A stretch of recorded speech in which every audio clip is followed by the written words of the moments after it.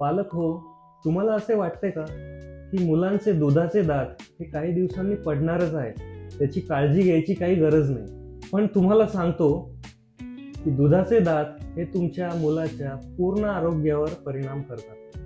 दुधाचे दात हे केवळ तात्पुरते नसतात, ते तुमच्या मुलाच्या चावण्यात, बोलण्यात किंवा आत्मविश्वासाने हसण्यात मदत करतात. हे दात पक्क्या किंवा कायमस्वरूपी जे दात असतात, आपले परमनंट टीथ ज्याला आपण म्हणतो, यांना मार्गदर्शन करतात. जर दुधाचे दात वेळेच्या आधी पडले तर येणारे पक्के दात हे वेडेवाकडे येऊ शकतात, वेगळ्या पोझिशनला येऊ शकतात.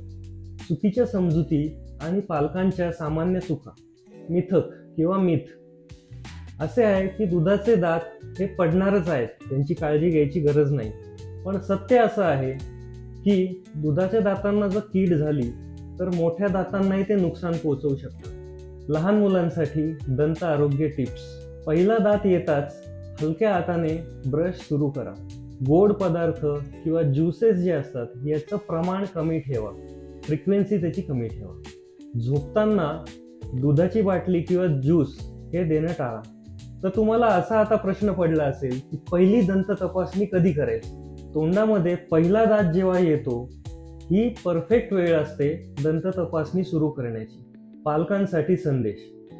तुमच्या पाल्याच्या हसऱ्या चेहऱ्यासाठी आणि निरोगी भविष्यासाठी त्यांच्या दातांची काळजी घ्या.